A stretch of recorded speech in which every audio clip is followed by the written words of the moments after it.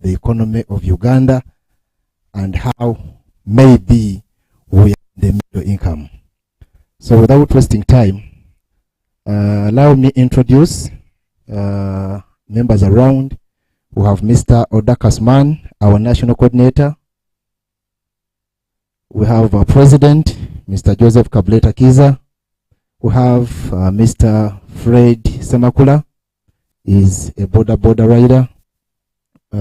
Our chief of staff, Mr. Basajja Charles, and Mulangira Jojoko Nachibinge, our deputy national coordinator. And my name is Matov Moses. I'm the spokesperson need. Thank you. President, let's begin. Thank you very much. Today I'm going to stand because I have to. Now, I want to tell you something. The other lady, Jango Sembira Wanukwe. Jango. Gwaddombuza over to the middle income. Thankfully, Daily Monitor clarified and said, World Bank said, we are not yet middle income. And by the way, let me tell you something. For us to become a middle income economy, we have to first become an economy. We are not even an economy. Okay? No, we are just a family business. We are not an economy. Okay? And you have to make there is no country in the world which has been personalized like Uganda. Now, I want to explain to you some of the things so that you understand what it takes for somebody to get to the middle income status. And to tell you that we could have been there like 2005 if we had a president, not just a thief with the guns. Now, let me explain to you certain things. Simanyoba wanomujja kuba mumpuliriza bulungi. Naye, now I'm telling you about Museveni's Make Them Poor campaign, which he has been on for 36 years. Steady retrogression. Okay? Making people poor. Now, I can tell you each region, but today let me start with Buganda. And I'm going to divide Buganda into two. Rural Buganda and urban Buganda. Okay? Now, these are things we've spoken about intermittently at different stages, but I want to show you that we are not even an economy, much less a middle income economy. So, the first thing he did, what were the biggest sources of income in rural Buganda? Number one, a big part is the lakes, because Lake Victoria goes all the way, you know, from here all the way to Masaka and down to Chotera and so on. So it was a big source of income. I told you here in 2009, there was 800,000 people who said that their source of livelihood was fishing or fish farming or some sort of something to do with the fish. Now, that was 2009. Now they are less than 100,000 of those who say their livelihood is fish. Why? They were chased off the lakes. They were chased off the lakes, Lakes Wamala and Victoria. I'm talking about those in Buganda. I haven't gone to those in Busoga, Bunyoro and elsewhere, in Kasese, but I'm talking about those in Buganda. Now, these people, and previously, remember, we had fish tycoons. People who were very rich, like Rakataka from fish. What happened to them? They all chased. Now, there is no local fish tycoon. Somebody whom you can say that one is very rich from fish. Yet, Uganda exports close to 200 million euros of fish to the European Union every year. But who are the beneficiaries of that fish? Not local Ugandans. Okay? Now that was taken out. And I can tell you this, that by the time they started chasing people away from the lakes, Uganda was number 5 exporter of fresh fish to the European Union. Number 5. One of our biggest competition, number 4, was China. So what China did, they decided to make Ugandan fish China. So they came and took over the lakes here. Now we are not even competing. In other words, they went and killed the competition from the source because of bad leadership. We were number 5. At that time, we were exporting about $150 million of fish, fresh fish, to the European Union. Now, fresh fish has been so important to the East African region, especially Uganda and Tanzania, because Tanzania even put an international airport at Mwanza just for fish, because they want the fish to come from the lake to the plane to the plates in Europe. Less than 2 days after it was taken out of the lake for it to remain fresh. Now Uganda, luckily, our only airport is near the lake. So we're exporting fresh fish. But now it was killed from the source. And the money that we are getting from fish is not any less than what, actually it's more than what we were getting in 2009. But now the locals benefiting from it are very few. That's one. I have to rush through them very fast. Number two is coffee. You know what? Coffee has gone through so many things. In 1986, when these Bushmen came to power, coffee were exporting $194 million worth of coffee every year. 194 million. But this $194 million was looking after so many families. So many people went to school from coffee. So many people became rich from coffee, from just $194 million. Right now, we are in around $700 million of coffee. But I dare you to show me some local person who you say that person is rich because of coffee.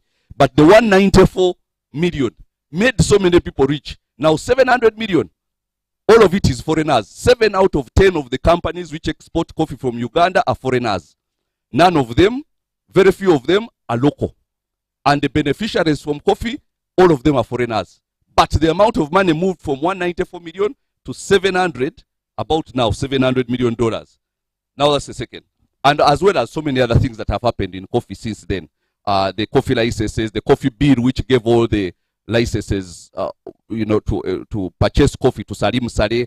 Now coffee farmers in Bukoma and Simbi and those parts of Budu in Buganda are complaining that they are forced to sell their coffee very cheaply to Saleh because he's the one who has the licenses. And now nobody, even if you're giving them better prices without a license, according to the new coffee law, you cannot go and buy coffee. If you buy it without a license, you are liable to imprisonment. And that's even worse if these people decide they are not making money from the coffee and they go and cut down the coffee trees, they are liable to imprisonment of 6 months. So you keep the coffee, make a loss. Let Salim Saleh become rich. If you cut it down, we imprison you. That's the law. The new coffee law, which was passed recently without a lot of opposition. Then there is the issue of land. There was not a problem with land here in Buganda until Museveni became president. And until he started making it a priority. Then he went and created a law which puts Vibanja owners against landlords. And now this is classic Museveni style of doing things. Create a problem, create an outcry, then come and use the problem to grab. Okay, so now Vibanja owners versus landlords. This was the beginning of the land problems in Buganda. Now, if you want to know how he does it, he has done the same for so many others. Right now, he has divided science teachers against arts teachers. Now, teachers could have united and actually created a serious problem for the government. So Museveni says the biggest problem for him is unity. So he goes and gets one, gives them privilege. Now, if arts teachers are striking, science teachers will be the ones to tell them don't strike because for them they are loaded. Okay? So he divides and rules. Now, that's his classic style. I'll give you another example. Real estate. Here, before COVID, one of the most booming estate sectors in the economy was real estate. Everybody who had stolen money and what was going and building, apartments and so on. Then Museveni decided, let him also attack that one. So he came and they first created a law which was empowering tenants against landlords, saying you can, even if somebody doesn't pay for 6 months, you can't chase him. Then afterwards, recently they passed another law now empowering landlords against tenants. So now they are going to fight. Now, and that's the end of the sector. That's what he does. He uses one law here, another law here, Bibanja against landlords, science teachers against arts. Even the medics is going to divide them. You wait, you'll see. Because now they are coming together, trying to strike. Every time he sees unity, he sees how can I divide these people. Then he makes you fight against the other. Then for him, he sits and enjoys himself. That's his classic style of management. He has done it for 36 years. And it's so predictable, you can know this is what he's going to do. Now, arts against sciences. Now, Mwesoting. Now, UNATO was one body for teachers who would stand and say, no, we are badly paid. Then he says, okay, so you are united. So he hammers them like that. Now, the other things. Matoke, first of all, the one thing he did in actually the whole of Uganda, which was very, very bad, is they killed food security. Because the real mark of poverty is when you don't have food. Now, even before, when people are growing coffee and what, they had enough food in the gardens, so nobody was starving. The basis of all development is food security. Because without food security, you've become very vulnerable. And that's where this government wants people. So there was the matoke weevil which came and ate matoke. Then they went and gave people nads matoke. Then they went, and then the nads matoke comes and destroys the ground. You cannot plant any other matoke after that. Okay? And so the ground becomes contaminated somehow. So now you go to rural places where people would have a lot of food. They don't have food. You know, in Uganda, they say ndianga mulimi, meaning you're eating a lot because you have food. But now abalimi are hungry. Okay? So that saying no longer even works. So now all these other things. Then after that, they send people to plant things which first of all, there was the issue of vanilla. Vanilla was going to make a lot of money for people here in certain areas of Uganda, especially Chagwe side, Mukono, Kayunga, and what. People were going to get a lot of money from vanilla. I'm telling you, until recently, a kilo of refined vanilla was in excess of $200. And the Ugandan vanilla from here, from Kasese, from Fort Poto, was one of the best. Then they came and said it was one of the best because we have soils which are unique. Then they came and said they are passing a law to improve the quality of the vanilla. They killed the whole vanilla business. The same way they did to coffee. You cannot plant vanilla unless you have a license. You cannot buy vanilla or kusubula vanilla unless you have a license. The next thing, they killed the whole business and people ran away from it. Then they start taking people to planting moringa, caterpillars. You saw those busanyi, eh? Murundo busanyi. You remember those things? Because what are they for? What are busanyi for? That to use for silk. Eh? Can you imagine you take people away from something which is a traditional cash crop and take them to Kurunda busanyi? Then I also, Masaka, they were going through teaching people how to rear rabbits, obumio. That is really a joke. The inquiry. What's inquiry in English? Eh? Inquiry? Quali? Okay, to Veyao. But okay, I'm going through this very fast. Now, let me tell you, in 1986, I'm beginning to sound like them.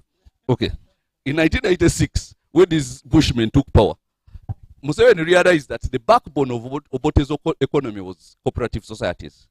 They were very functional, putting money in the pocket. There are two hands pulling a man out of the pocket, one way or the other.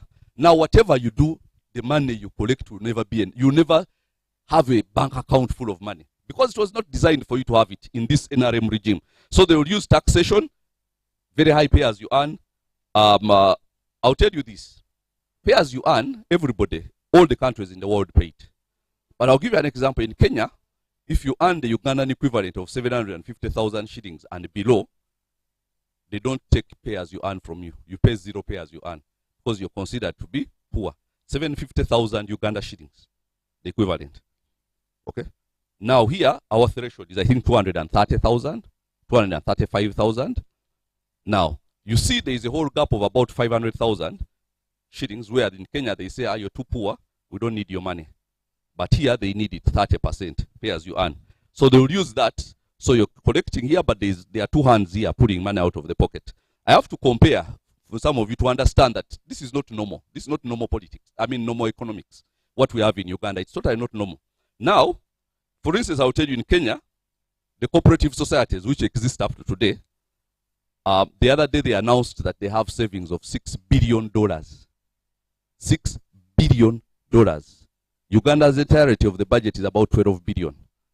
So their savings can finance all our budget, half of it, 50% of our budget. Farmers. Now, then they said, not only do they have savings of 6 billion, they have investments worth $5 billion. Kenyan farmers, where the farmers get money and invest in other businesses in the urban areas. Very rich.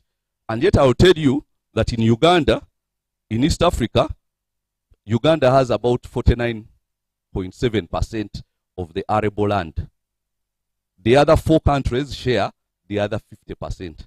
For us, we have half. The other four countries share the other half. But the other countries, like Kenya, have 6. Between their savings and their investments, they can finance Ugandan budget for 1 year. Farmers in Kenya. So that's how powerful cooperatives would have been if we had maintained them. But Museveni had to keep the peasants at 70%, And he was projected, and I want you to know that he knew these things from the very start. The first thing he did was just destroy these cooperative societies. He knew it. He knew what he was doing. And all these things of divide and rule, he has been doing this all along. He divides every class against the other. Everyone, military, this one against the other. The other, everything has, you would even go and appoint somebody, IGG, then appoint somebody, State House doing the work of IGG. That's how he does these things. Creates two. Now both of them fight, then you put Executive Director, KCC, then put Minister, Kampala. And then they start fighting and make sure both of them are women. Anyway, that time so, and then they start, and he knows what he's doing, and he just loves doing those things. So let me go here. Now here in Kampala, you see even you people who are here in ties. You get one medical emergency, you'll see. You are just one small medical emergency away from car washing to fundraise money for you to go and get treatment. So you see, that's why for us we believe in God, because there is just one medical emergency, so everybody is on the brink. Then the school fees. He says they are regulating, chase people away from government schools, they go into private schools which are very expensive, then all the way up to universities, to the point that URA is the one collecting school fees of universities. Like before, university was a place where government gave to the people. Now you've excelled, but now they are using it to collect money. Anyway, then fuel. Now we would say, okay, fuel has increased across. But Ugandan fuel is still very expensive. More expensive than even Burundi, where yet they pass their fuel. You know, they pass their trucks through here and so on. Even Kenya, why ours is more expensive? I wonder why. Of course, I know why. Electricity. Now, this one is the most controversial. We are among the top 5 countries in paying electricity bills in the world. In the world, top 5. Our electricity, we are in the top 5. When it comes to electricity prices, we are not just middle income, we are first world. We are actually UN Security Council level. Because electricity, countries like Kenya, Tanzania, who buy electricity from us, their consumers get it at much less than we do. Yet they buy some of the electricity from us. Why? That's a matter for another day, but I'll tell you. But one of the reasons, of course, all these things, every one of these things, you just know, they are around 20. People know umeme and what? Distribution. They are around 21 different electricity distributing companies. The ones which are known are umeme. But those people buy electricity at 250 shillings from the guys who generate it and sell it at close to 1,000 shillings a unit. How is that even possible? They are making abnormal profits. And in between there, after Umeme and the government one, by members of the first family, I will tell you that. So you pay electricity because some people, they are very greedy people in this country. I don't know if they will be buried with money. That's why our electricity is very expensive, because some people, and that's the truth, I provable truth. Then food, water, all those people, where do you think they go? Now the second biggest sector in the country right now is boda-boda. Second biggest after farming. Second biggest sector in the country. 3 million Ugandans ride boda-boda. So we are a boda-boda economy. And you think you're dreaming that we can become middle income when Museveni is president. Dream on. It's like me dreaming I'll be in heaven before I die. So, I'll go there some stage, but anyway, my point is, so now, the things which are left, where they have put everybody who has been pushed from everywhere else, boda-boda, labor export. So you see these people who are going to the Middle East. Every day I met a woman came here one day and was speaking to me, and she's saying, Tuyambe, Manange, Adieyo, raise what? But every day I'm seeing different girls going. Some of them, their kidneys are cut out. Some of them come out very bad when their body organs have been taken. But others are going because there is nothing left to do in the country. Those who are going are happy. Those who are coming back are miserable. But still you will not stop them from going. So, boda-boda, labor export, broker, taxi, kati ebyo. Now, we are here to talk about the issue. Okay, having talked to you about this. First of all, so now, do you understand why I told you we can never become a middle-income country when Museveni is president? We can never, because he does not even want us to become. He does not even want us to be an economy. An economy is a country where there is a shared responsibility of income and everything. Now, when we come out of this, it's very simple to come out of all this. You see these boda-boda people whom they are saying they are very invested. Now even one of the ways he has divided people is in class.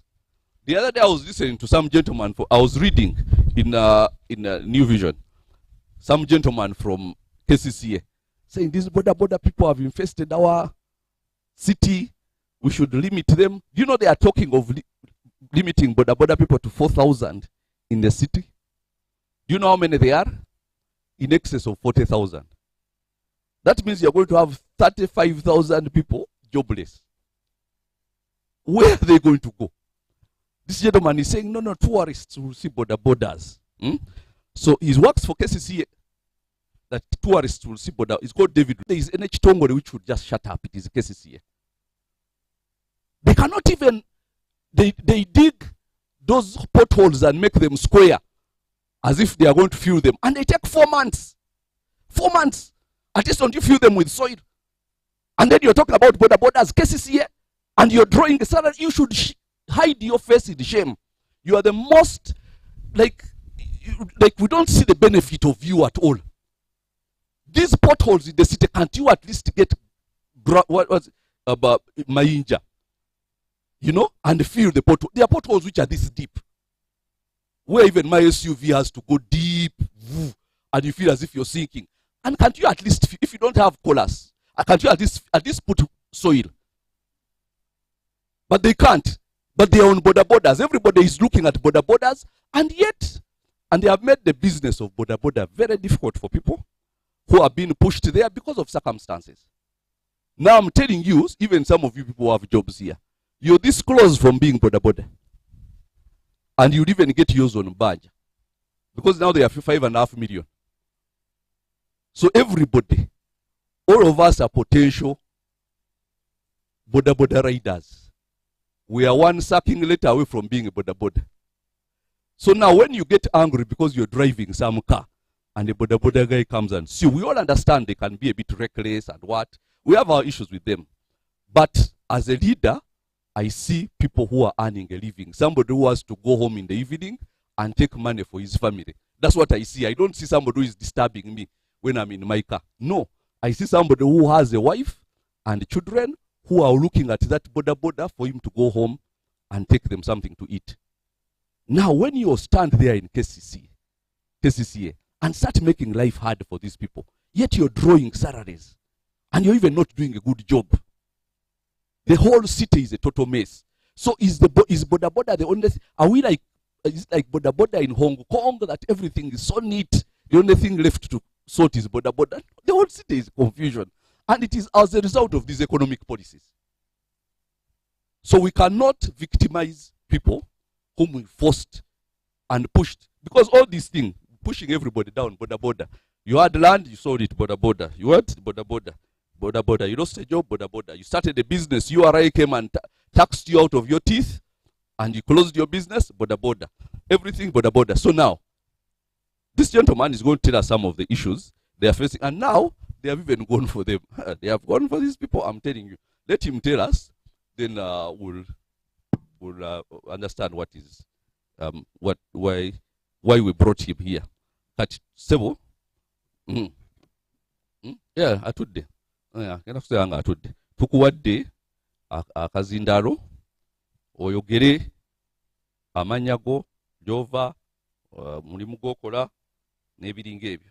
If you have any questions about this economy, you'll ask me later. Niyanza nnyo taata.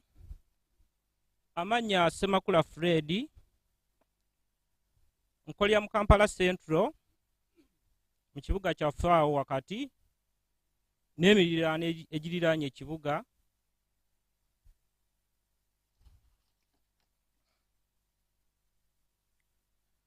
okusookera ddala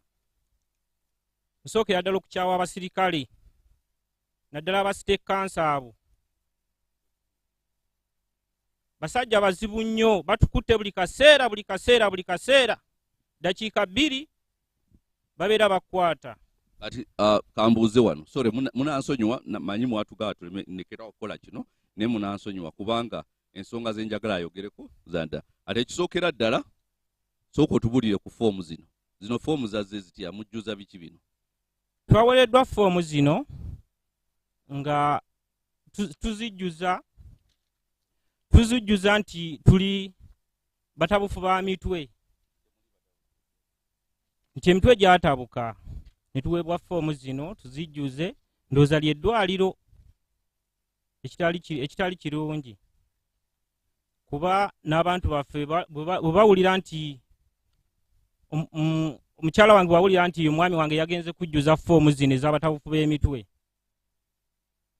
kirabika ekintu kino tekivaayo bulungi, era abasinga obungi baaganye okugendayo. Kaakati ate bajja bagoba naye ng'ate bagamba baagala obbakebera obulungi. Namba 1 oba balaba bulungi, namba 2 oba emitwe gikola, nti kati medical check-up ne babasasuza emitwalo 7.5, naye batuukayo ku medical check-up tewali yadde musawo. Babawa bubi foomu mujjuze foomu zino ng'osasula emitwalo emeka? 7.5 ng'ozireka awo, naye nga baakugaaga nti ogenda kukebera oba olaba bulungi oba otegeera bulungi. Oyinza okuba nga wali ebintu awo omutwe ne gutabuka, naye kati okutuuka eri tewali kigenda babajjako bujja ssente ne bakola ki? Babasomesaayo katono? Tewali kye batusomesa. Tuweebwa foomu eno n'ogijjuza nga bw'ogiraba. Efoomu eno ya 6.5 n'omutwalo ogw'empapula zino gye 7.5. Tetulinayo musawo nti ono w'amaaso ono wa bwongo, tetubalinayo taata. Kaakati njagala otubulire ebizibu bya boda-boda kubanga tuwulidde ebizibu bingi nnyo, ekisookera ddala ku bano abazifunira ku bbanja. Abazifunira ku bbanja bazifuna batya? Bw'oba ogenda okufuna pikipiki ku bbanja olina okufuna emitwalo 10 egya Uganda, ye miliyoni emu, n'ogitwala mu kampuni gy'oba osiimye, ne bakuwa epikipiki eyo n'aba bakweyimiridde. Pikipiki eyo givuga emyezi 19. Mu kaseera kano givuga kati emyezi 20. Buli wiiki osasula emitwalo 8.5. Kati twagenza ozibaliriza pikipiki ebiringa mu kadde nga 5. Kati bw'omala okusasula oba osasudde nga 7.5 miliyoni nga 7.5, kitegeeza babaweranga ku 50%. Kale tugende mu maaso. Kati bwe zikulema eza wiiki okusasula? Bwe zikulema eza wiiki egyo emitwalo 8.5, pikipiki yaabwe nga bajja bagikola ki? Bagitwala bagipaakinga. Olugipaakinga osooka n'osasula liri ebbanja, n'ebbanga lyonna lyemaze nga tekola, era nalyo n'olisasulirako ne bagikuddiza, ne balyoka bagikuddiza. Bwe zikulema ziri ne zoba wasasulako abapoteya nga piki bagitwala, piki nga bagitwala nga banoonyayo omuvuzi omulala anaasobola okusasula nga naye agiweebwa, naye bw'akola nga bwenkoze nga naye bagimuggyako ssebo, ng'eweebwa abantu emikono nga 17. Abantu oluusi bawera 17 ku piki emu taata nga balemeddwa okusasula ssente. Ssebo. Kati tuvudde awo, bano abasirikale abo babakwatira ki? Ssebo, abasirikale abo gwe mulimo gwe bagufuula mulimo, kuba tebalina nsonga gye bakwatira. Bo bajja bakwata bukwasi oba oyina elementi era nga bw'ogamba nti akugoba tabula kyakusuuza. Bo bagufuula mulimo okukwata bukwasi boda-boda, yo buli we bagisanga bakwata bukwasi. Essebo. Kati we bakwata batwala wa? We bakwata Kampala oyo bamugabana ssebo, alimu department ez'enjawulo.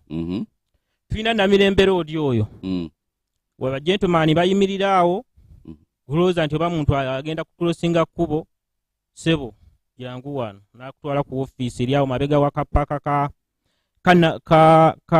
kapaaka ako kewakiso ssebo eri awo kali awo mabega awo awo w'osasulira emitwalo 15 ssebo eyo ebanguzi teriiko risiiti eyo ye teriiko risiiti taata nga bakuddiza piki ng'oddizibwa piki yo bwe zikulemera emitwalo 15 ng'okwata piki eyo ng'ekwatibwa etwalibwa Nakawa KCCA ng'osasula emitwalo 30 eri egya Uganda nga piki yo bagikuddiza we baagijje kye kirungi kye bakuwa bagivuga ku loole yaabwe ne bagikomezaawo emitwalo ago 3 g'oba osasuddeyo ssebo bwe gakulema ng'ogivaako ssebo ng'egenda eyo eba egenze bw'etyo kati ate bano abaagikwera ku bbanja abakuwera ku bbanja bo bagendayo eri ne bakkaanya nabo bo baba bamanyi ekigenda mu maaso ssebo nga bagamba ssebo piki eno yakwatibwa naye yajja nga nnyiniyo gwe twagiwa abadde akyabangibwa ssebo bo nga bawayo kye bawadde nga bo nga bagizaayo ku kampuni ng'era ebwebwa omulala ssebo etaata kaakati olina ekira kyomu byebyo mulina ebirala byemubuuza ono omusajja wa boda kaakati bano abateewandiise ku guno omusomo ku bino ebyokubakebera obwongo banaaba waaki banaabakola batya ssebo abo era abasirikale abo bafunye eddoomu lyo ssebo bagenda kweyongera okukwatira ddala n'olwaleero luno bo batandikidde mu maanyi olwaleero luno badde bakutandika nga lumu ne lutuka nga lwa wiikendi ne bagamba ketwongezeyo ngo ku Mande ng'ennaku z'omwezi 3 tubatandikeko ssebo kati ekikwekweto kiri awo njagala mugenda ku CPS mulabe boda ezipakinze awo wandegeya kati olabe nti buli piki epakinze awo waliwo famire awo eri awo eriira ku eyo piki oluusi famire 2 ezirira ku piki kubana abasajja okusasula ssente ezo emitwalo 8.5 omu avuga misana n'agenda neebaka n'agikwasa omulala n'agivuga ekiro kwe kusobola okusasula ssente ziri basobola okukola naye kati wadde ekifaananyi omusajja baamukwatidde piki n'asigaza helmet yatandise kaaba maziga nga piki bagiteeka ku loole n'akaaba amaziga naye omanyi n'abasirikale bano omanyi waliwo abantu benninamu obuzibu kati abakesisiye fenna tufugibwa bubi naye mubeemu obuntu bulamu oyo omuntu gw'onyigiriza alina famire mulinze ewaka n'abasirikale bano omanyi abamu baatutamira wano mu covid nga beefudde ekirala naye kati covid tewakyali lockdown bakkakkanye kuba boda kaakati oyina ekirala kyogamba ssebo nkyayogera ku boda-boda yogera boda-boda tulina ebizibu bingi nnyo n'obuzibu bw'amaanyi nnyo mu basirikale abatukwata obuzibu bw'amaanyi nnyo ku boda-boda sirikale batukwata nnyo ate batukwata bubi taata batukwatira nno ddala dakiika 2 wali naddala mu Kisenyi Namirembe Road Local Tower abo baba abo bakambwe nnyo ebyo ebifo byo tosobola biyitamu ati bw'ova ewaka ovaayo oli ku bunkenge tomanyi oba onozza piki era nva ewaka nga nyina emitima 2 okudda ne piki oba obutagikomyawo yessebo naye nga ate ekuliisa yendiisa endabirira erabirira abantu bangi eyo piki ssebo gwe emikono bazeeko famire eyo mazeeko 2 naye tubeera ne famire ssebo nnyingi nga ziri ku piki emu yessebo kuliko nannyini piki kuliko ab'owange ewaka bamuzeeyi mu kyalo ssebo ne saaviisi agigendako kale mulina ekirala kye mubuuza ku gundi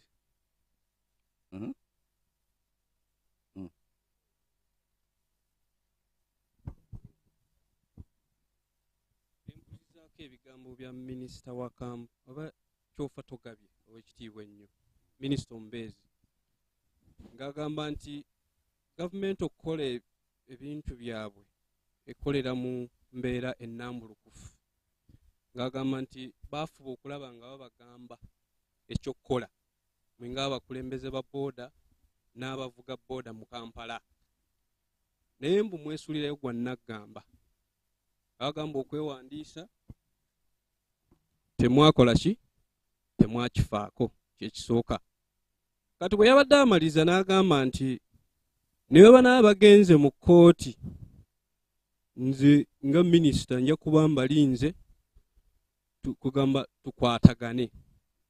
Kyembuuza, muteeseteese kukola ki ng'aba booda ku nsonga eno eriwo? Okuba bagambye mwewandiise, agambye mwekebeza emitwe. Yo gavumenti egamba erina kyetunuulidde kuba eyagala kulungamya kibuga n'okulaba nga mutambuza emirimu gyammwe mu bulambulo. Kufa ekirala, ani abawa ebiwandiiko bino bye mwogeddeko okutwaliza wamu? KCCA oba bivudde mu gavumenti okutwaliza wamu? Neyanziza.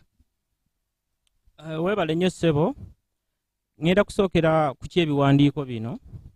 Ebiwandiiko bino bituleetebwa abakulembeze era mu boda-boda, biba bituleetera taata ne babitusanza we tuli, we tubeera tugenze okutukebera emitwe ssebo, era ne tubisasulira. Luno olupapula ntusasula mutwalo. Bwe mmala odufuna ku mutwalo ne ndyoka nkwata emitwalo 6 n'ekitundu okuluteekako peeni, gye emitwalo 7 n'ekitundu ssebo. Kwe kwewandiisa kwe tukola ki, kwe tuliko ssebo. Ssebo, okusookera ddala ffenna nga boda-boda twali tugattiddwa batukeberere wantu wa mulundi gumu mu kisaawe kisangibwawo ku Kira Road awo, ku poliisi awo ku Kira Road. Ffenna mu Kampala we baali batusindise, oba oliwe Nansana oba oliwaawa, naye nga boda yeetukako mu Central. Ffenna baali batusindisa awo ne tusaba mabega awo walimuko okusika omuguwa nga tuli munamu Lubaga eyasinga okusika omuguwa n'ekikuba n'ekigoba n'egamba buli division efune we balina ogitendekera ogikeberera obwongo. Era ffe ng'abalubaga ne batusindike wankulukukwawo nnyabo we tubeera. Kisaawe weekiri, naye mu kaseera kano bakiyita ddwaliro. Bw'okituukamu ojjuza bujjuza mpapula, n'osasula n'ojjuza empapula madaamu.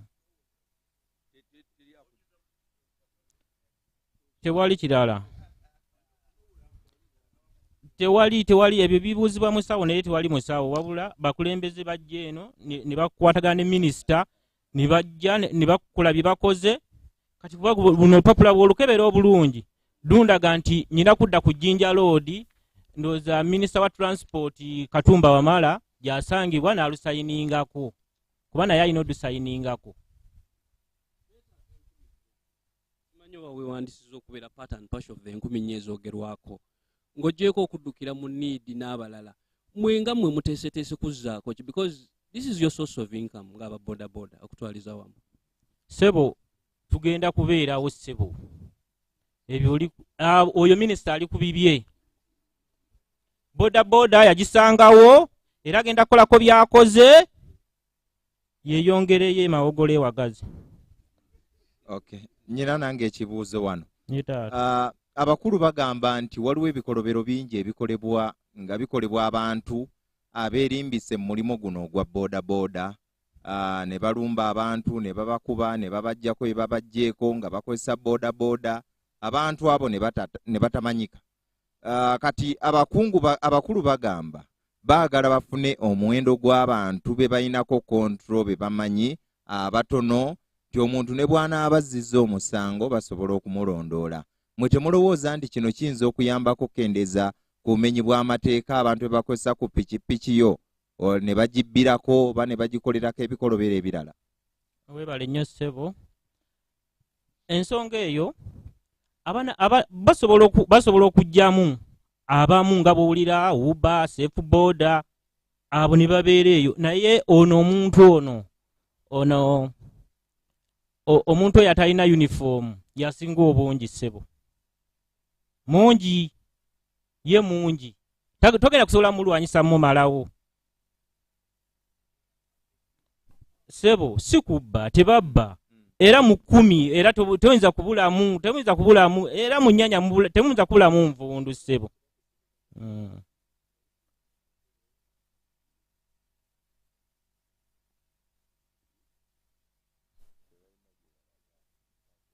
ssebo tetulina gye tulaga nga ababodaboda tugenda kubeerawo tubeerewo anagikoowa agiwummuze. Mu baboda mulimu abantu abamu bakozesa boda okubba era saawa z'akawungeezi abasinga okubba amasimu ensawo bakozesa boda. Kati nga mmwe ababoda abateri mu uniform mulinawo enteekateeka ki esobola okulaba nti abantu abo babavaamu? Ssebo enteekateeka tetugirina okuggyako gavumenti yeba n'enteekateeka eyo fe ababodaboda tetugirina. Ise tubategeere tulabe kati ngeri gye tusobola bayambamu. Ssebo mpozi ng'okendezeza ku bodaboda okuyingira. Abamenya amateeka bayita mu bintu bingi nnyo n'abamawulire mulimu abamenya amateeka naye ng'alina kaadi y'amawulire naye n'agenda n'akola ekintu oyo n'akola ebikolobero. N'aba security nabo mulimu abajjanga naye nga bazze kubba ssente. Teri bantu basinze kubba ssente nga bano beyita ba security. So kati buli kimu tewali kintu kyonna ky'oyinza kuteekawo n'ogamba nti kiri clean teri muntu agenda kuyitawo ne ekubba owulidde. N'abali mu gavumenti nabo babbira mu ssente. So kati kino ekintu ate omulimu gw'okujja abamenyi b'amateeka mu baboda si gwa baboda gwaba security.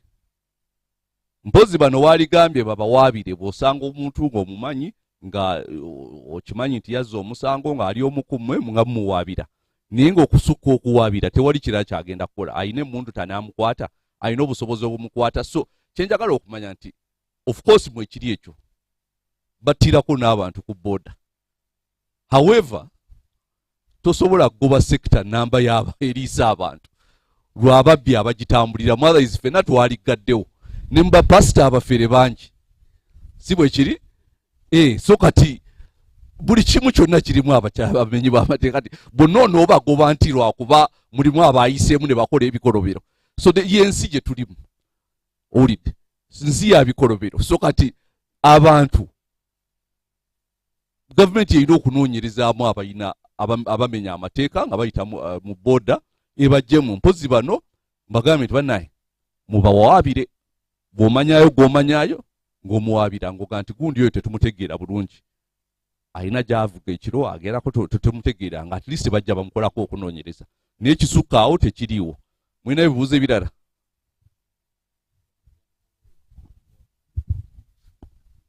Kwegamba ku nsonga ya boda ffenna tukimanyi bulungi nti gavumenti ya NRM yaleeta ebyobufuzi n'ebiteeka mu boda ne babeeranga tool. President nga bagambye nti babeetaaga nnyo mu biseera by'okulonda. Mujjukira bulungi 2010 eya munnaffe Kitatta ng'ali gye ssalinga abantu ba boda naye nga intent eyaliwo yali yakabinga criminology mu boda sector. Ekitaabeerawo instead abamu abakozesa boda abazitambulirako kizibu okulinnya boda 10 olunaku nga kwabo tekuli musirikale. Biseera bya covid natambulirako ku boda ezo naye nga bonna abaali bavuga boda ebiseera ebya covid bonna baali basirikale. Kati tumanyi baali bakiseera ekyo kya covid era nga bagamba nti anja kutwala saa 5 biki nga jeyo jaketi ye batukangaawo nga jamba afande ga kati owa boda gwe bakubira jamba afande kiki ekigenda mu maaso mulimu guno. Kati tulina naffe obweraliikirivu nti even within the industry, the boda sector industry, nawo mulimu abantu abatali kiriya nga te gavumenti ebamanyi bulungi. Kati bano bannaffe aba boda bamu kye batakola ki kye batamanyi. Ebiseera bya covid mwena abaalinya boda wagenda nga okwetegereza nga engato gyayambadde eno wagula ayambadde nga boda n'ekirelement kye engato gyayambadde ki kuba mukimanyi bulungi nti wabeerangawo abasirikale abagoberanga boda zino ekiro ng'olengera boda egenda nga lwenda bbiri zijja zigigoberera bagenda nga omukuba omukono nga balina obubonero bwabwe ng'akola ki abo covid lockdown bwe yaggwawo baddayo emirimu gyabwe giri oba basigala mu boda. So waliwo obuzibu tuyinza n'okwesanga nga bano 14,000 bagenda okugamba nti bagenda okusigala mu boda industry nga bonna bagenda okusigala nga basirikale ba Museveni okumukuumira mu buyinza bajjemu abatali basirikale 14,000 zigenda okusigala mu central business area nga mbega gundi piso diso giso liso wekyalo fiso nga bali muki mu boda industry bano bannaffe baddeyo eri ekyadnamukaaka ewaffe eri ekangulumira ebugerere balime naye nga n'okulima nako tekukyasoboka kubanga n'enkumbi tekyasobola guluka tegulika. So there is a big question eteekeddwa okuba nga etunuulirwa within the security systems. Bino bye bakola bano bajjewa mandate okutandika okuggyako abantu fomu zino za ministry abazigaba si bakozi ba ministry si bakozi ba KCCA be bakuŋŋaanya ssente naye ate abakwata bano okubaga nti mugende eri babakebera emitwe basirikale be babasindika eri ne minisita yavayo n'ayisa statement mugende babakebera emitwe mwewandiise naye ate okutuuka eri toli mukozi wa KCCA. So waliwo ekibuuzo wakati wa President Museveni ne security ye n'omulimu guno eno kubanga President nga bwannyonnyodde wali nti emirimu egyasigala wano mu Buganda nga bwe tuli ku make them poor campaign boda labor export babroka n'aba taxi ate nga emirimu egyo nagyo tukimanyi bulungi nti taxi yayingiramu abasirikale ne bagitta itoda yafa lwaki kuteekamu bantu bakada babroka bangi nabo babadde bakada babali kubanga ebagula ettaka bali balanyini ssente abagula ettaka kanabo batanise okugenda nga omulimu egyo bakola ki bagitta. Kyenjagadde okwongeza ku nsonga eyo. Nate n'ekirala bano aba boda security like nga 30% ba security kati we naafuluma wano wamwagala mukutegeera nti okay okucekinga wenfulumira wano wajja kubeera wa boda agoberere emmotoka yange either ali wano waliwo ka stage wano akuba essimu mba naakaweta wali bwe nti nzanga waliwo ali ku side bwati oluyitawo ng'atandika nga bangoberera ne bwentuula babeerako nga bangoberera naye abo bagenda okubeera mu zino 4,000 ezinaasigala bano abeekolera ssente eziri genuine ye yavuddeyo okukola kasente ke abo bagenda bagoba era babatwala ekangulumira ono nga bwagambye ewa ekyannamukaaka oba babageme bave kuba kati buli omu wamujja gye yali akolera omusindise mu boda kati ate ne boda nayo oyagala gikumako omuliro mpozi babageme bugemi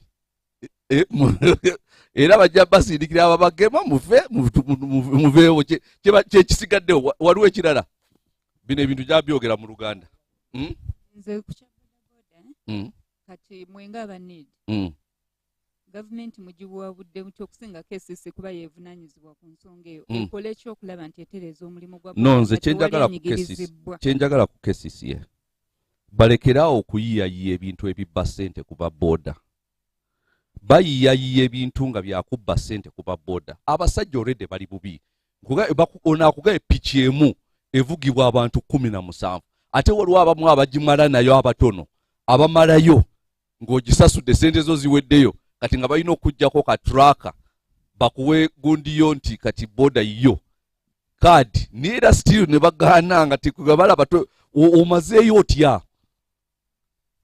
owulidde so kati olabanga because ono okay myezi 20 ono asasuddeko emyezi 4 bagitutte omulala asasuddeko 4 bagitutte bagenda okumala 17 nga boda ey'obukadde 5 nannyiniyo afunyemu miliyoni nga 30 boda egenda okuggwayo nga n'okuggwayo eweddeyo ekaddiye naye nga ate njagala mbategeeze kampani waliwo meka waliwo singa obunene tugende naye kati kankubulire tugende mulimu aba first family tewali n'ababoda nabo mbabuulidde kwegamba bano bantu oba babangi badda kwegamba mwe tugende boda banja you go and check the shareholders in those things. Mugende mukebere. Don't believe me, just go and check, you'll see. Of course, mulimu ba fronts, but you go and check. The same people. The same people. Bakugo byeri, kati ne muleba export. Oloza baliwo abatunda obutaago bw'abantu anwata. Anyway. Togo toyogera banja wano. Ebintu n'ebyo ebintu ebyo. Kati tuveewo. Mr. Kabuleta, what's the alternative to have Uganda into the middle income status? Yes. Idea. This 6 months. Omanche bagamba first 100 days. You know what they say first 100 days? First remove all the inhibitions. Send all these people back to get our natural resources and give them back to the Ugandans. We have a budget that does not account at all for any of the incredible minerals that we have in the country as part of the income. There is an income from minerals which is not reflected in proportionality in the budget. In so many minerals, in marble, in oil which is being sold crude, in gold, and even taxes. Now, these are national resources, but they are not reflected in the budget. So now, even in taxation, the few that are, taxation from gold, very, very, very small. And yet we've seen in the last short while, a lot of gold, and now you'll see Uganda's gold export is going to increase this after now that we are in the new financial year, starting 1st July. You will see when the figures come out, our gold export is going to improve because of ADF in Congo. Yeah, you'll see. I guaranteed, because you see, you can steal it from Congo, but when you export it has to be registered. Okay, so you cannot hide the export. So you will see it is going to improve because of ADF. So that's the power of ADF. It improves our gold exports. So my issue is that if we got these people, the top people, who I told you who are doing all the top businesses, coffee, minerals, all of them, and they started paying taxes. Do you know that we would very comfortably at least finance 70% or even 80% of our budget? Now we are even under 50. Okay? Just taxing these people, the royal family, just that, and saying everybody pays their taxes without even touching their money. You see? Then we get these peasants and restore commercial agriculture and reduce this number of peasants. In 3 years, we can be at less than 50% of peasantry. Just 3 years. And then that means that the others, 25%, have gone into the middle income, who are now middle class, who are now paying taxes. Then that means we reduce the burden of taxes on these people who are suffering. Okay? The middle people who are suffering, who have to give up 25 trillion of money which they don't have. But they are sent to them very, vicious URA people to go and get money from them. So this is not rocket science. This is politics affecting economics. But you see, Museveni does not want anybody to touch this because this is the basis of his power. But if we were to become a middle-income economy, we start with these ones. And it is very easy. How can we be importing things like rice, like garlic, like groundnuts? Uganda importing foodstuffs? There is no country in the world that is like Uganda when it comes to that. 2 seasons, do you know we import groundnuts? Binyewa? We import rice and how? So you see, because they have to take that away from now even the people who are importing rice from Tanzania are the same people. The royal family. This one knows the person who is in charge of that. Now, if we said now no importation of rice, we produce. The first step is produce at least a fraction of what you consume. We became a completely consumer economy. We produce nothing. We are just consumers. You cannot become a middle income economy like that. We are not even an economy, much less a middle income. So At least we start from agricultural produce, no importing agricultural produce. That one we can do here. God gave us that advantage. Then you move to other things. I haven't spoken to like the potential of the country. It is so easy for Kabuleta president to turn us into a middle income in 2 years. 2 years. Just 2 years. And I'm talking about not this fake middle income of government, cabinet decide. I'm saying a real middle income economy. Because even if what they are saying is our GDP, okay, they claimed $45 billion. World Bank had an issue with that. But $45 billion, we are very, very, very well capable of producing that in goods and services in a year. Much more than that. Very capable. If you touch these. But you see here, he will fight tourism because it gives money to this. He will fight. Like these people who keep him in power. Those ones, don't touch them. From 1986, 68% peasantry. 2022, 71% peasantry. That is the Museveni kind of development. It will never come to 60% as long as he's president. He will never allow it. Because 60%, that means his base of election of votes has reduced. But the people who vote for Museveni are the people who, okay, apart from these ones who have, privileges here and there.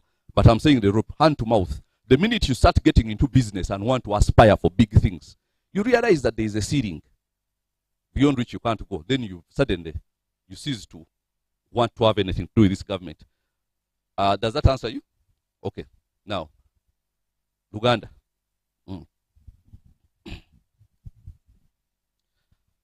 Okay, settings.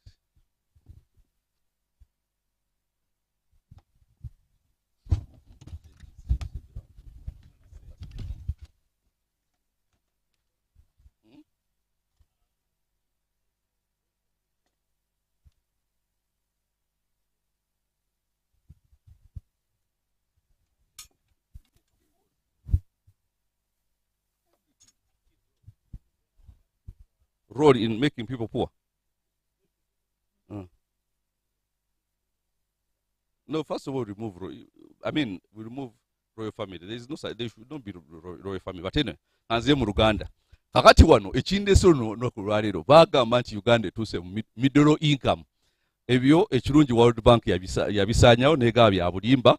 Ate nga twali of course tumanyi nti bya bulimba. Naye nga Uganda tesobola kutuuka mu middle income status nabagamba nga Museveni akyali mukulembeze. Ekyo tekisobokera ddala. Kati kansooka embalage lwaki kubanga ye obukulembeze bwe yabuteekawo nga bwesigamye ku bwavu bantu kusigala nga baavu. Kati buli kitundu kyonna mu ggwanga twalyawulamu ebitundu 15. Kati buli kitundu ayina kyakola okulaba nti abantu basigala mu bwavu. Kati leero ntandise n'ebitundu bya Buganda. Naye Buganda njawuddemu ebitundu bibiri, Buganda ey'ekyalo ne Buganda ey'ekibuga.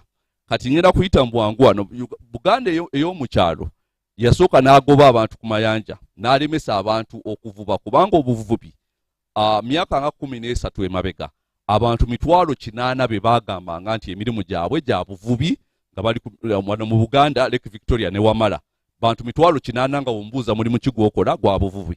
Naye oluvannyuma lw'emyaka gino gyonna nga zaagobako abantu, kati abantu bakka wansi w'10,000 abagamba nti emirimu gyabwe gya buvubi, abasinga baavaayo. Kati nodda wano naddala mu Buganda, rulo Buganda, bitundu naddala ebyebuddu ebukomansi ne walala yonna ne Luweero Bulemeezi. Ensonga y'emmwanyi. Ensonga y'emmwanyi eno nabagamba wano emmwanyi zaffe.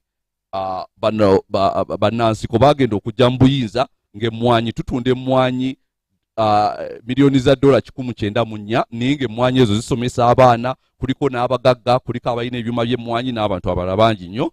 Naye kati tuli mu $, ezisukka miliyoni 7 olwa $. Naye nga tetulaako mugagga wa mmwanyi, tetulaako mugagga. So ng'olaba nti 194 zaalisomesanga abaana ne ziriisa abantu ne bagaggawa, naye 7 tetulabako baki. Lwaki? Abasinga okufuna ssente mu maanyi, abasinga bagwira, abalimi b'emmwanyi babawa ssente ntono nnyo, kati ssente ne zigenda mu bagwira. Ekyo nakyo ne tulaba kizibu ky'amaanyi. Kati ne tudda mu kintu ky'ettaka wano e Buganda ekikuta kati naye kyatandikira ku nsonga y'okwawula ab'ebibanja ne ba landlord. N'ateekawo etteeka nga liwa ab'ebibanja amaanyi ate n'ateekawo etteeka eddala nga liwa balandlord amaanyi kati ne basigala nga balwanyisiganya kati n'akikuumira awo naye ye aliira mu kavuyo kati yensonga lwaki olaba nti buli kimu kyonna buli bantu bonna agenza abaawula kati olaba n'abasomesa nabo yabakubyemu gundi yabakubyemu oluseke bwati ekyawula bwati n'akwata abaana ba sayansi n'aba arts kati nabo ne balwanaga nebyenkola ya Museveni kati bwolaba ne real estate bana bazimba amayumba yagenda n'ateekawo etteeka nga liwa landlord yasooka kuwa ki tenant omupangisa naawe omupangisa amaanyi maanyi njo ne bw'otasasula myezi 6 tebakugoba kati ate bwamala okuwa omupangisa amaanyi ate n'awa landlord amaanyi kati ne basigala nga bali abo balwanyisigala n'abasobolerawo kati olaba n'ab'e Makerere nabo bagenda bawadde notice nabo bagenda kukola kikwediima abasomesa abasawo abasomesa e Makerere buli omu yeediima kati ne bana ababooda leero tubaleese nabo baagala so kati n'olaba nti buli omu kati ye yenkola ya Museveni buli omu ne mulwanyisiganya mmwe mwennyini kati n'olaba nti wano najja abantu ku ekintu ekyali kireeta emmere kubanga ekintu ekisinga okuleeta obwavu abantu nga tebalina kyakulya kubanga ekyokulya kye kitandikirwako kati ne baleka baleeta banana wivo negenda n'eri amatooke ne babawa amatooke gano ag'ekawanda ne gagenda ate nga galina engeri gye goonoona ettaka ne weesanga nti abantu ababeeranga mu kyalo nga balina emmere kati nga tebakyalina mmere kati ne babasindika ne vanirero yalikoledde nnyo abantu ne bagifunamu ssente naye yo n'agitta kati n'alyoka aleeta ebintu ebiguumaaza nti kati mugende mulime moringa kati mugende mulime kamulali kati mugende mulunde obusaanyi kati ne babatwala ne ku misomo gy'obumyu naye nga kugamba bakujja wali awali ssente bakola nti kati tukututte ku musomo gw'obumyu kati ng'olaba nti balina ekintu kye baluubirira kati n'olaba nti ye ensonga lwaki Museveni yasooka n'atta cooperative societies zino ebiina eby'obwegassi kubanga nti ebino ebiina eby'obwegassi yabirinkinga nnyo n'obote omanyi yali kyali kintu ky'obote eky'ebibiina eby'obwegassi kati nga kyakola nnyo mu myaka giri mu bote 1 nekikola nnyo mu mwami naye nekikola nnyo mu bote 2 wano ng'abantu ebibiina bino eby'obwegassi mwe bajja ssente ezikola ebintu byonna ogenze ekibiina kyo kikuwoze ssente otutta abaana ku ssomero okoze ekirwa kuba oyina ebintu by'olimye ogenda ku malirizo gy'obitunde wano we bali ssente ze bakubanja baziggyeko nga togenze mu banka kwewola ssente ku magoba amangi wano gy'ogenda okutunda ebintu byo nga bwe bakuwa ssente kaakati wano ye Museveni kye yali abala ayagala abantu abasigala nga baavu basigale wano nga bali mu 7 bitundu 7 ku 100 lwakuba abo be bamuwa akalulu abo bamuyamba nnyo oluvannyuma lw'emyaka 5 nga tugenda mu kalulu kati ye tayagalira ddala baveewawo jjukira yasanga wano abantu abaali peasants bayita oba naali bayisenga abaavu nga balinga abali bitundu 68 ku 100 naye kati wano wetuli kumbi bali mu bitundu 7 ku 100 kati be ba peasant so kwegamba ekintu kyokka kyakoze kwe kujja abaavu ku 68 ku 100 n'abateeka ku 75 mu 100 kati abo bo tebalina musolo gwe bawa kati ate waliwo bano abali wakati bano neekolera mirimu gyange nkola ki bano basinga okujjako emisolo naye nga ate olaba ayagala bajjako babanyigiriza nnyo kubanga be balina omukuwa emisolo gyonna egy'eggwanga kati ate wano waliwo abali waggulu bano bakabona be baani abo be ba royal family abambejja n'abalangira be bakola ssente nnyingi ennyo naye nga zo tezigibwako musolo kati n'osanga nti omusolo gwonna guva ku bano abantu bano abawakati kati awe wali obuzibu kati bw'ozikya wano gyempise abantu Buganda mu bibuga misolo oli atandise ka bizinesi owa URA azze tonana kaggulawo ogenda okuggulawo boti nga owa URA yakusooka nga tonana kufuna kasitoma asooka kati n'osanga nti bizinesi 9 ku 10 ezitandikibwa ziggwa oluvannyuma lw'omwaka ogumu teziweza mwaka gumu nga tezinnagwa kati ne bateekawo embeera wano ejja ssente mu nsawo z'abantu nga ne bw'onookola otya tezijja kuwera akukubira ku mafuta akukubira ku masannyalaze akubira ku masomero ku malwaliro ku mmere ku mazzi nga gy'ogenda yonna bw'oba olina omukono gw'oteesa ssente wano emabega waliwo emikono 2 egijja ne gijjamu ssente kati nga ne bw'onookola otya tezijja kuwera kakati abantu awo n'abasindika mu mirimu gino kati egisigaddewo wano boda-boda kugenda kukola bweru bwa house guard na ki babuloka na bwa taxi. Naye kati olwaleero tukutte ku nsonga y'aba boda-boda kuba tulabye nti waliwo obuzibu bunene nnyo. Bano abasajja bano aba boda-boda kati ye sekita ey'okubiri ekyasinga mu ggwanga okukozesa bantu miliyoni 3 abagamba nti emirimu gyabwe gya boda-boda. Naye kati nabo babakutteko babanyigiriza okukamala kubanga omuntu wa boda agenda n'agijjayo ku bbanja n'asasula miliyoni 1 oluvannyuma lwa bw'aba agimazeeyo ng'asasudde emitwalo 8 buli wiiki 8.5 buli wiiki bw'aba agimazeeyo aba asasudde kumpi obukadde bugenda nga mu 8 naye nga boda gye yabamuwadde ya bukadde nga 5 kitegeeza babawera ku magoba ga waggulu nnyo. Naye kale awo tetujja kuteekawo nnyo essira. Naye kyenteekako essira wano akasente bwe kamulema wano olw'embeera omuwe endala nga tolina kulwala tolina kufiisa tolina kufa olina kubeera awo ng'okola kubanga bw'omala wiiki nga tokoze eki tosasudde ssente nga piki bagitwala olina okugenda n'osasula ssente ezikubanje neki akoze ssente kumpi oluusi zigenda miliyoni 25 ku piki ya miliyoni 5 lwakubalemesa kati n'osanga nti kati ate ne bw'oba okoze ssente ezo oziwaddeyo otambudde bulungi kati ne wajjawo ekibambulya kino kati baba registeringa nti bagenda bakebera mitwe ne bafuna foomu ne bakwata foomu nti kati ababoda tugenda bakebera oba mukyalaba bulungi oba mwatabuka omutwe muyinza okuba nga maagira nnyo muyina ebintu byemwali awo ne mutabuka emitwe ne gye bagenda obakeberera tewali yadde musawo tewali yadde ki osasula busasuzi ssente foomu eno ya mutwalo bw'otuuka eri osasula emitwalo 6.5 ne bagaa kati gwe tukukebedde genda kasitomala okusasula akitegeeza nabyo byakiguumaaza just kubabbako ssente. Naye kati ekisiza okunera kye bagaa nti baagala ababoda 4,000 ku baboda abali mu kibuga muno abasukka 400 kati abasigadde banaakola ki? Kati ate waliwo bano aba KCCA abantu ba KCCA mulekera okwefuula nti kino ekibuga ky'amaanyi nnyo nti kiyonjo nnyo nti ababoda be bakifudde ekibi. Ekibuga kyammwe ekibi muyina amanya agali mu ebinnya ebiri mu nguudo temusaana bijjuza mujja ne mukisalirira muti ne mumala emyezi ng'ena temunaakibikka ne mwefuula nti boda kyekizibu eky'amaanyi ekiri mu Kampala kuganga mwefudde nti Kampala eringa Hong Kong nti kibuga kinyirira ababoda be bakifudde ababi. Abakesisi emirimu gye mwali badde mukola temugikola muli kuba boda. Bano abasajja ababoda kyenjagala obategeeza nti bino ebintu byonna eno yonna gye bagenze bagoba abantu beesanze bali muki mu boda. Bano abantu baali balina emirimu emirala gye baakolanga naye kati bagibagobako bonna baze mu boda kati mugenze batulugunyayo kati ate wali abajaasi omujaasi ajja oba ne bana bwe basindika abantu tebambadde nasina abapoliisi ajja buzina akwata owa boda oba ayina elementi oba ayina musango gwazizza akwata bukwasizu nga bakutwala wali mu karuumu nga bagasasula emitwalo 15 tukute. Jukira olina okusasula 8.5 wano eza wano bw'osasula wano ziyinza okukulema n'osasula emitwalo 15 ne bakuta naye bwe zikulema awo boda neevaawo neegenda ku stage endala awo ojulidde okusasula emitwalo 3.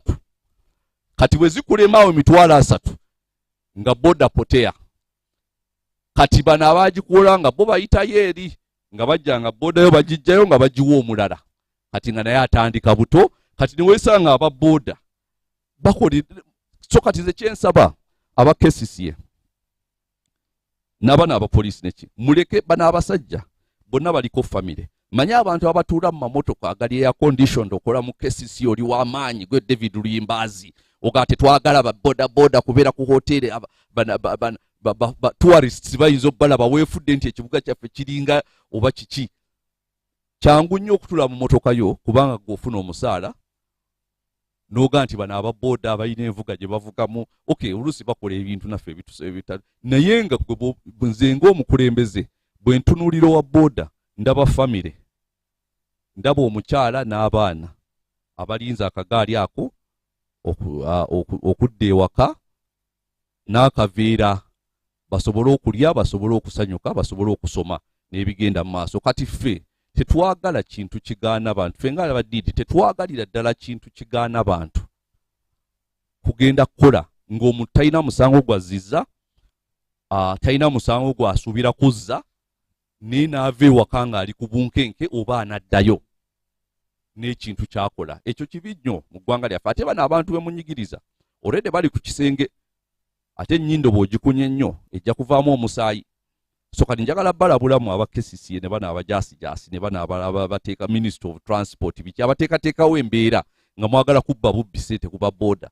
Bano abantu obusente bwe bakola butono nnyo just bwakubabeesa mubaleke muyina ezammwe ze mubbeeri. Kati kesisiye temukola nguudo temukola ginene tubasirikira ne kati ne mulumba ne bano enguudo ze tuvugirako muli aganyaga temusobola at least mwali badde muteekamu yadde n'ettaka abantu basobole okutaabulirako obulungi. N'osanga ogunnyanga guli guti naye ne weefuula nti kati wa kesisiye ozimbidde ku booda bano ababooda bwe bonoonye ekibuga kyaffe sooka ojjuze egundi.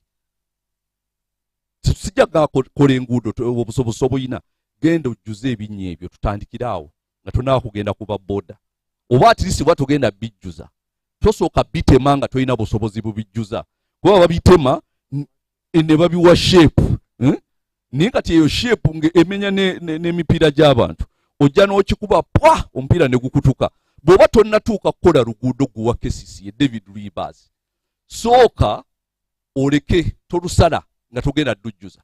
Bw'olusala lujjuze bwe lukulema okujjuza va ku babooda baleke bakole emirimu gyabwe kuba just kyesaagala ambabuuliremu ng'omukule kyesaagala muntu atalina musango gwazizza oba atalina musango gwasuubira kuzza kuva waka ng'ali ku bunkenke oba anaddayo ne piki ye kuba nalaba ekifaananyi ky'omusajja baakwata piki n'asigala ne helmet bw'ati ng'akaaba amaziga. Omanyi ekintu ekikaabya omuntu omukulu amaziga ng'amanyi ekiddako wano mpedde piki bagitutte mpedde sikugamba nga abalamu wano ekiddako mu maaso n'asigala awo talina buyinza bugjayo booda bagitutte naye n'atandika okukaaba obukaabya amaziga. Omuntu atafiisizza okumukaabya amaziga omusajja omukulu si kintu kyangu nnyo. So n'olw'ensonga eyo okwekutira kwange mulekera okunyigiriza abantu ennyo mwe bagayi mwe. Kati ate kitandikira eri waggulu naye n'oli owa waggulu ne bw'aba akivudde waliwo ne bano aba wansi bazimbira mu bw'ofiisi omwo ne bazimba ne batandika okunyigiriza abantu babwereere. Mwebale nnyo. Sebo Pulezidenti, nzikiriza olwaleero kyewagamba nti bwabeerayo eyasinga okuyiga engeri y'okwavuwazamu bannayuganda ye mukulembeze w'eggwanga. Ekyo nkikkiriza olwaleero. Era kino nze njagala kutegeeza eggwanga nti Uganda bw'eba mmotoka Kabuleta yaayo yafa. Now katuleo twetaaga Kabuleta okutereeza Kabuleta ya Uganda. So ekyo ekintu kikulu nnyo twetaaga okukimanya. Actually bino byonna byogeddwa naye ng'okiraba nti okubeera mu Uganda obeera muzira era twetaaga midaali. Uganda tuli bubi. Mbadde nsoma wano kubanga kuliko abali online abalaba press conference yaffe ne bampeereza listi ya kampani ez'abannansangwa abaalinga mu mmwanyi abaalinga mu soya abaalinga mu transport nga bagwa Kisozi ranches tetumanyi gyeri Mugalu Coco grower Inikyagwe tetumanyi kyagituukako. Tulina ebintu ng'abakyapambalasi tetumanyi gye baalaga. Ebintu nga zimu baali wano bakola nguudo baffe baawano kampu tetumanyi gye yalaga. Mukalazi construction tetumanyi kyagituukako. Musa Bode tuginyumirako nga lugero.